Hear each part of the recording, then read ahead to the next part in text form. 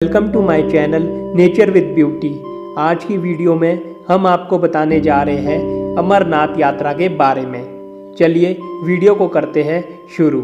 हिंदू मान्यता के अनुसार अमरनाथ यात्रा को सबसे कठिन यात्रा माना जाता है।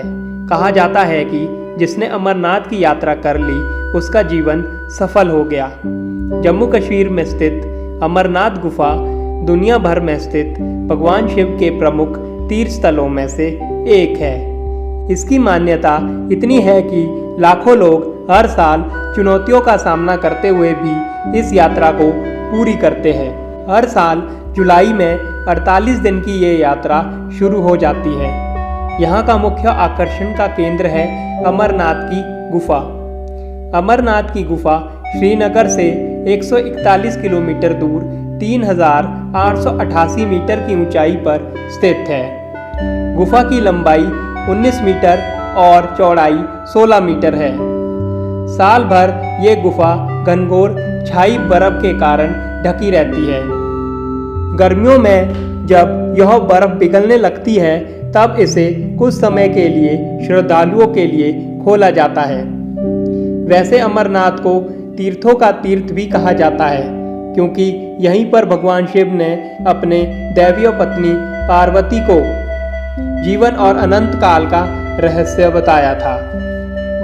अमरनाथ शिवलिंग की कहानी भगवान शिव और माता पार्वती से जुड़ी है। खास बात यह है कि यह शिवलिंग बर्फ से प्राकृतिक रूप से बनता है।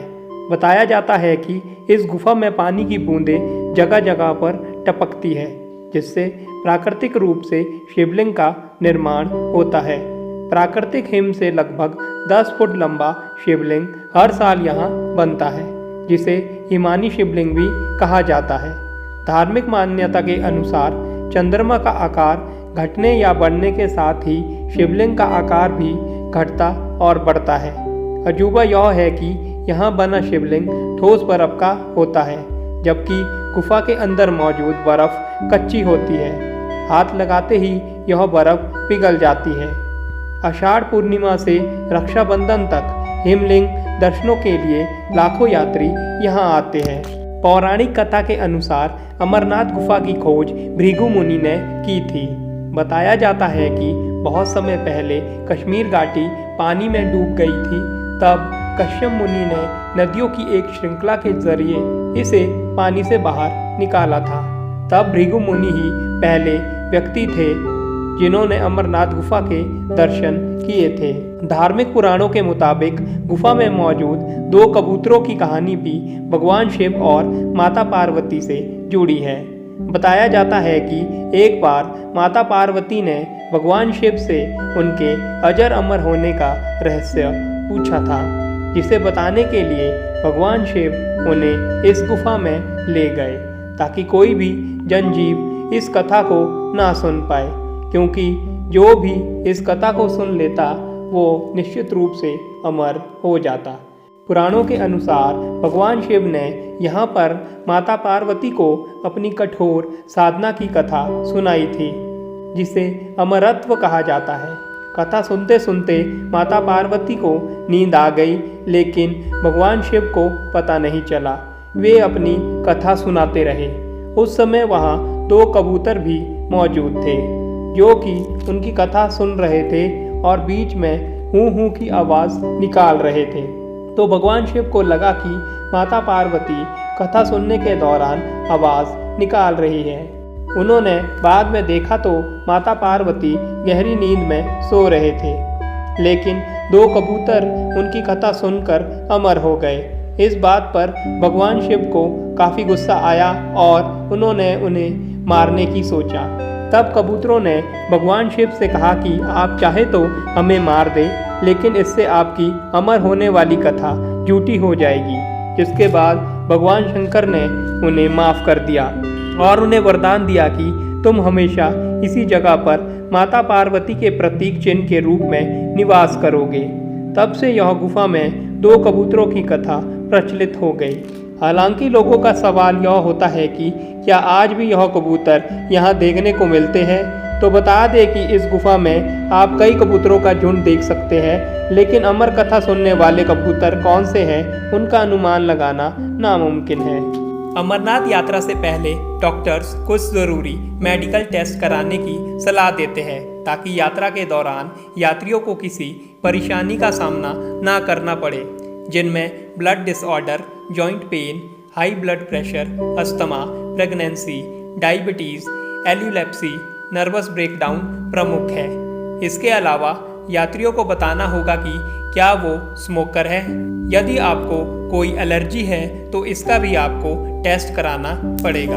अमरनाथ यात्रा के लिए रजिस्ट्रेशन और यात्रा परमिट पहले आओ पहले पाओ के आधार पर मिलता है। एक यात्रा परमिट से केवल एक यात्री ही यात्रा कर सकता है। हर रजिस्ट्रेशन शाखा को यात्रियों को रजिस्टर करने के लिए निश्चित दिन और मार्ग आवंटित किया जाता है। पंजीकरण शाखा ये तय करती है कि यात्रियों की संख्या प्रति मार्ग कोटा से ज़्यादा ना हो। हर यात्री को यात्रा के लिए यात्रा परमिट प्राप्त करने के साथ हेल्थ सर्टिफिकेट भी जमा करना ज़रूरी होता है। रजिस्ट्रेशन और स्वास्थ्य प्रमाण पत्र के लिए फॉर्म ऑनलाइन उपलब्ध करवाए जाते हैं। यात्रा परमिट के लिए अप्लाई करने के दौरान यात्रियों को हेल्थ सर्टिफिकेट और 4 पासपोर्ट साइज फ़ोटो अपने साथ रखना ज़रूरी है। यहाँ पर रजिस्ट्रेशन ऑफिसर बालटाल और पहलगाम के लिए अलग अलग रंग के यात्रा परमिट कार्ड उपलब्ध करवाते हैं। हर दिन के लिए इन परमिट का रंग भी अलग होता है। अमरनाथ गुफा पर्वतीय और दुर्गम स्थान पर है। यहाँ देश के दूसरे हिस्सों से सीधे सड़क सुविधा नहीं है। सड़क के रास्ते अमरनाथ पहुँचने के लिए पहले जम्मू तक जाना होगा, फिर जम्मू से श्रीनगर तक का सफ़र करना होगा। श्रीनगर से आप पहलगाम या बालटाल तक पहुँच सकते हैं। इन 2 स्थानों से ही पवित्र यात्रा की शुरुआत होती है। श्रीनगर से पहलगाम करीब 92 किलोमीटर है और बालटाल करीब 93 किलोमीटर है। इसके अलावा आप बस या टैक्सी सेवाओं के जरिए भी पहलगाम पहुंच सकते हैं। पहलगाम से अमरनाथ की पैदल यात्रा शुरू होती है और पहलगाम से सबसे नज़दीकी एयरपोर्ट श्रीनगर में है, जो करीब 90 किलोमीटर दूर है। इसके अलावा जम्मू एयरपोर्ट भी दूसरा विकल्प है, जो करीब 263 किलोमीटर दूर है। श्रीनगर और जम्मू एयरपोर्ट देश के सभी बड़े शहरों से जुड़े हैं। श्रीनगर से आप बस के द्वारा पहलगाम तक जा सकते हैं, जिसमें करीब 3 घंटे तक लगते हैं। इसके अलावा आप टैक्सी से भी पहलगाम पहुंच सकते हैं, इसमें करीब 2 घंटे लगते हैं। पहलगाम से सबसे नज़दीकी रेलवे स्टेशन उधमपुर है, जो करीब 217 किलोमीटर दूर है। आप रेल मार्ग से भी पहलगाम पहुंच सकते हैं, लेकिन जम्मू रेलवे स्टेशन उधमपुर की तुलना में ज़्यादा अच्छी तरह से पूरे देश में जुड़ा है। जम्मू रेलवे स्टेशन का नाम जम्मू तवी है। यहाँ से देश के करीब सभी बड़े शहरों के लिए ट्रेन चलती है। पहलगाम या बालटाल तक आप किसी भी वाहन से पहुँच सकते हैं, लेकिन इससे आगे का सफ़र आपको पैदल ही करना होगा। पहलगाम और बालटाल से ही अमरनाथ की पवित्र गुफा तक पहुँचने के लिए 2 रास्ते निकलते हैं।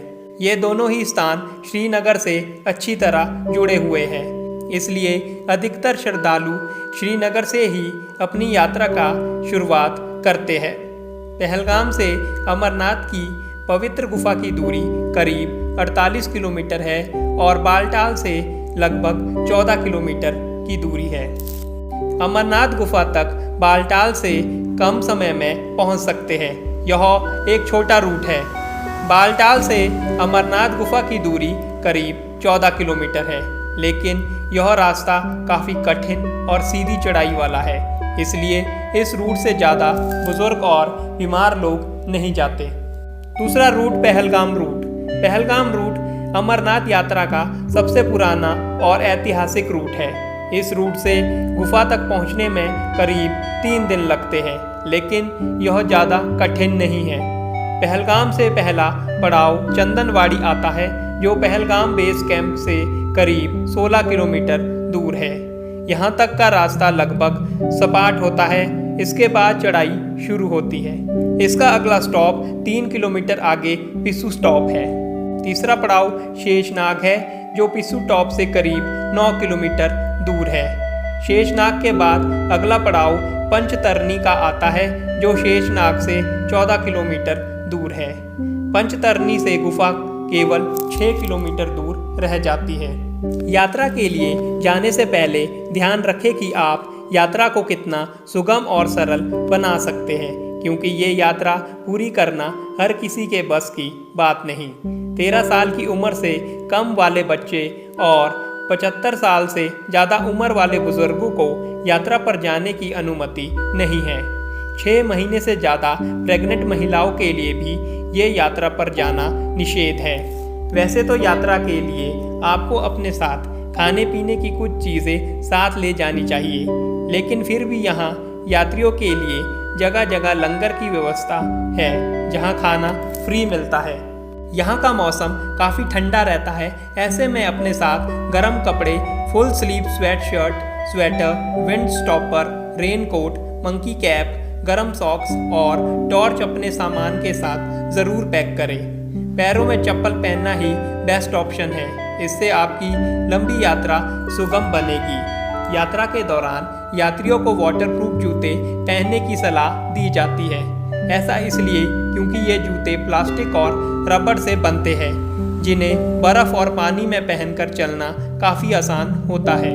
2014 से अमरनाथ यात्रियों के लिए मेडिकल एग्ज़ाम से गुजरना ज़रूरी बना दिया गया है। बिना मेडिकल सर्टिफिकेट दिए आप यात्रा का हिस्सा नहीं बन सकते। यहाँ तक कि हेलीकॉप्टर राइड के लिए भी आपको हेल्थ सर्टिफिकेट दिखाना ज़रूरी है। ध्यान दें कि ये medical certificate Amarnath shrine board के डॉक्टर द्वारा प्रिस्क्राइब किया गया हो। गुफा के भीतर किसी भी तरह की फोटोग्राफी निषेध है। ऐसा करने पर जुर्माना भी भरना पड़ सकता है।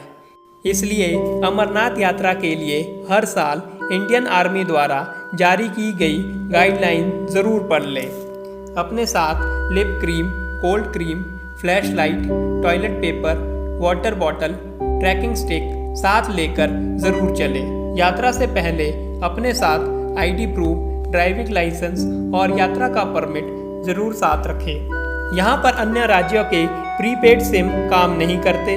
ऐसे में यात्री बालटाल और नुनवाल बेस कैंप से एक्टिवेटेड सिम कार्ड खरीद सकते हैं। महिलाओं को साड़ी के बजाय सलवार सूट, पैंट शर्ट या ट्रैक सूट पहनने की सलाह दी जाती है। खाली पेट यात्रा बिल्कुल ना करें। अगर आपने ऐसा किया तो आप किसी गंभीर समस्या का शिकार हो सकते हैं। अपने साथ पॉलीथीन मटेरियल से बनी कोई भी चीज़ साथ ना ले जाएं। जम्मू कश्मीर के कानून के तहत इनका इस्तेमाल करना यहाँ बैन है। गुफा के अंदर सिक्के, चुनरी, तांबे के लोटे ले जाना निषेध है। तो फ्रेंड्स, ये थी अमरनाथ यात्रा से जुड़ी कुछ रोचक जानकारियाँ। इसी के साथ वीडियो को करते हैं समाप्त। तब तक take care, see you guys again.